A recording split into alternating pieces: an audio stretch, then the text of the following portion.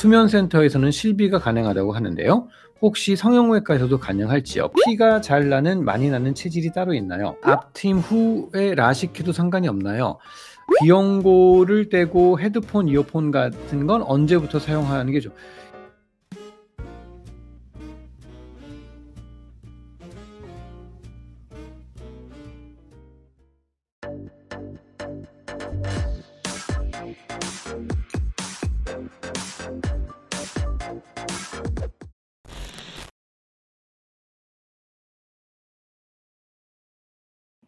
데니스 조이타임, 혹시 협심증 약만 먹고 있는데 가슴 성형 받고 싶어요.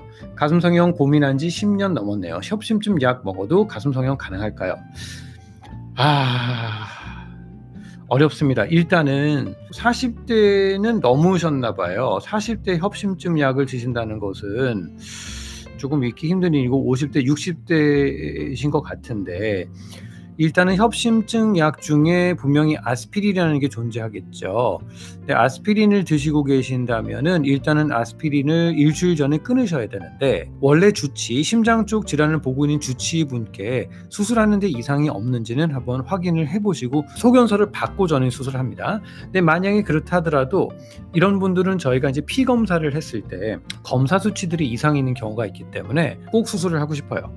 만약에 제가 가슴 수술하다 위급하거나 응급한 상황에서는 저희는 심장내과 의사도 없고 심장에 대한 대처를 제대로 할 수 없는 상황이 된다. 그러면 대학병원 가서 하시면 그런 거에 잘 대처를 할 수가 있는 상황이 되겠죠. 물론 이제 리스크라는 건 어떤 상황이 있다는 거고, 근데 주치의사님께서 여러 가지 협심증 정도가 심하지 않고 잘 유지가 되고 있는 상황이라고 한다면 수술하는 건 별로 문제 없을 것 같습니다. 초코님, 아하, 감사해요. 제가 사실 잠을 잘 못 자서 수면센터 방문해서 검사를 받아보니까 무호흡증이라 있더라고요. CT 찍어보니 코 안쪽에 많이 휘었다고 해서 수술을 꼭 받아야 한대요. 안에 콧물샘인가 또 사이즈가 커서 콧물샘이 아니고 이제 합의갑계라고 하죠. 근데 저는 하는 김에 코끝도 살짝 올리고 싶어서 성형외과 전문의 원장님께 받고 싶거든요. 네, 가능은 한데 이 수면 무호흡증 자체가 과연 비중격 망곡증 때문에 그런 것인지, 아니면 합의갑계 비대증 때문에 그런 것인지, 아니면 저처럼 그 턱이 작은 사람은요, 우리가 혀라는 근육이 이렇게 돌아서 턱 근육이 붙어요. 근데 턱이 작은 사람은 뒤로 빠져 있기 때문에 턱 근육이 뒤로 밀려버립니다. 그렇기 때문에 기도를 늘려서 무호흡증이 생기는 경우가 있어서, 저도 사실 과체중이 아님에도 불구하고 가끔 무호흡증이 있는 게 턱이 작기 때문에 그런 건데, 그게 원인인지는 일단은 다양한 원인이 있다. 비중격 망곡증도 수술하고 합의갑계 수술을 하고 그게 원인이어서 무호흡증이 개선되면 좋겠지만, 턱이 작은 것과 우리가 이제 목젖이라고 하는 부분 자체가 좀 릴렉스가 돼서 뒤로 젖혀서 다치는 경우도 있거든요. 그게 원인일 수도 있다는 거죠. 그러니까 무호흡증은 대개 단 한 가지 이유만은 아니에요. 그 다음에 과체중이면 그것도 원인이 될 수가 있습니다. 초코님, 만약 그 비중격 수술을 하면 수면센터에서는 실비가 가능하다고 하는데요. 혹시 성형외과에서도 가능할지요? 그리고 코수술, 가슴수술 비용도 대략 궁금해요. 물론 천차만별이겠지만 어느 정도 예산을 정해보고. 일단은 그 비용은 저희 콜센터로 전화하면 저희는 비용 다 있는 그대로 말씀을 드리고요. 뭐 오셔야만 합니다, 그렇게 설명하지 않고 대략적인 비용 다 설명드립니다. 실비 같은 경우에는 일단은 저희는 서류를 다 떼드리기는 해요. 그런데 실비 보험사마다 성형외과에서 그렇게 수술한 걸 인정 안 한 경우도 있어서, 실제로 망곡증 있고 한 것을 이비인후과 진료서가 있으면 그걸 가지고 성형외과 수술하는 건 인정해주는 실비보험사가 대부분이긴 합니다. 그거는 그 내 보험 가입 담당했던 분이나 보험사에 물어보셔서 확인을 하고 하셔야지, 만약에 안 하고 있는데 실비보험 받을 수 있는데 하면 손해시잖아요. 그러니까 꼭 그 보험사에다가 이비인후과에서 진단받고 성형외과 수술하는 것도 인정이 되는지를 안 할 이유는 없거든요. 이비인후과에서 진단이 됐다면. 그래서 그렇게 진행하셔도 됩니다. K닥터님, 원장님께 가슴 수술 받았는데 제가 짝가슴이 좀 심해서 한쪽이 굉장히 더 많이 들어가서 더 땡땡합니다. 아직 2주째라 시간이 약인 건 알지만 병원에서 고주파를 추가로 좀 받으면 좀 나을까요? 좀 더 땡땡한 쪽을 많이 받으면 좋을까요? 일단은 어쨌든 원하시면 더 해드리긴 합니다. 전 절대 말리진 않아요.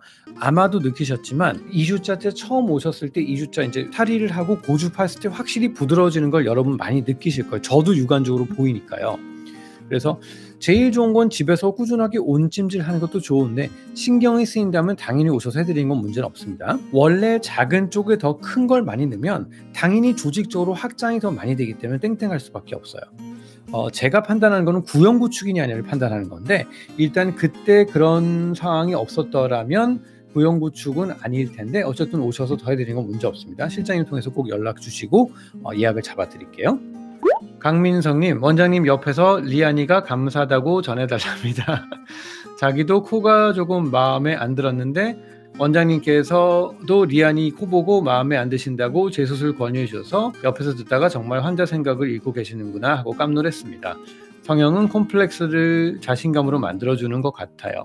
그러니까 사실 이제 민성 씨하고 이제 리안 씨가 가장 대표적인 그 어떤 그 제 여러 가지 진료의 어떤 그 철학의 핵심인데, 여러분들께서 이제 기존에 알고 있던 비중격이 코끝이 더 떨어진다, 아니면 귀연골이 덜 떨어진다. 저는 개인적으로 귀연골이 훨씬 덜 떨어진다고 생각해요. 똑같은 방법으로 수술을 하더라도. 근데 리안 씨 같은 경우에는 기본적으로 워낙 켈로이드 체질이 굉장히 심했던 분이에요. 그래서 이제 귀에 뚫었던 자국에 너무 큰 켈로이드가 있어서 귀연골을 떼서 수술을 했을 때는 과연 흉터가 또 굉장히 많이 심하게 남을까 좀 걱정이 돼서 어머니하고 의논한 결과 그러면 일단 비중격으로 수술하자. 다행히 리안 양 같은 경우는 수술하고 기능적인 문제는 없었는데 그걸 보존하려고 최대한 노력을 했죠.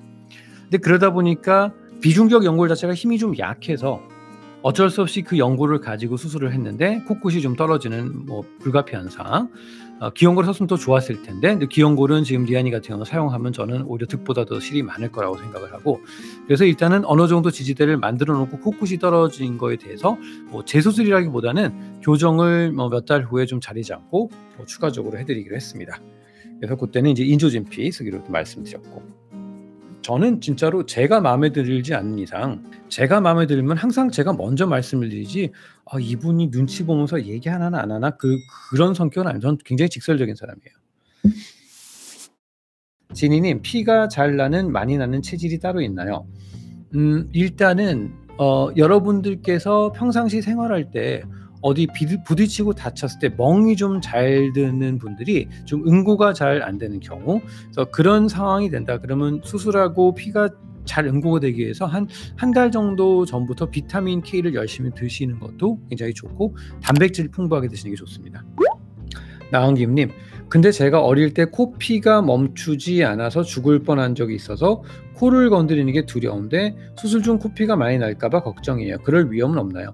일단은 이게 어렸을 때 성장하는 그 과정에서 비중격 자체가 약하고 혈관들이 노출이 많아요. 그래서 이제 코 수술하고 거기 코피 나서 죽을 만한 상황은 아닐 거예요. 근데 이제 코 막아놓으면 어느 정도 지혈은 되죠. 그러니까 그 코피 계속 나는 상황을 흘러보내면 되는데 그게 많이 빠지면 이제 빈혈이 올 수 있는데 급작스럽게 그렇게 많이 빠지는 응급 상황이 되지는 않고, 근데 물론 이게 많이 나는 건 좋지는 않겠죠. 근데 이제 수술할 때 저는 그래서 이제 비중격을 건들지 않고 코 안에를 건들지, 그 코피 나는 거는 비중격 안에 있는 점막이거든요. 그래서 제가 비중격 채취를 하기 싫어하는 이유도 그 이유 중에 하나입니다. 점막을 건들기 때문에, 기능적인 점막. 이정민님, 앞트임 후에 라식해도 상관이 없나요? 일단은 수술하고 최소한도 3-4주 정도 지나면 괜찮은데, 왜냐하면 라식하고 하려면 눈을 벌려야 되잖아요. 근데 벌리게 되면 가운데 부위에 좀 힘이 좀 가해지면 벌어질 수가 있으니까 조금 더 한 3-4주 정도 지나면 큰 문제 없을 것 같아요. 밥조님, 귀연골을 떼고 헤드폰, 이어폰 같은 건 언제부터 사용하는 게 좋아요? 일단은 이어폰 쓰는 것도 전혀 문제 없고 헤드폰 쓰는 건 전혀 문제가 없는데, 보통은 제가 보기엔 한 2주 정도 지나면 큰 문제는 없습니다. 근데 귀연골을 떼고 나서 신경들이 감작되면서 좀 아파하는 경우가 있어서 좀 아프다 그러면 조금 더 늦춰서 하시면 되고, 그 다음에 헤드폰을 쓰시는 분들은 모양적으로는 변화가 없는데 이 힘 자체가 좀 떨리니까 이렇게 눌렸을 때 좀 눌리는 힘이 들어서 1시간 이상 쓰면 좀 아프다라고 하신 분들이 있어서 중간중간에 좀 잠깐 이렇게 풀었다가 그러니까 한 1-2분 좀 이렇게 뗐다가 써주시고 하시면 됩니다.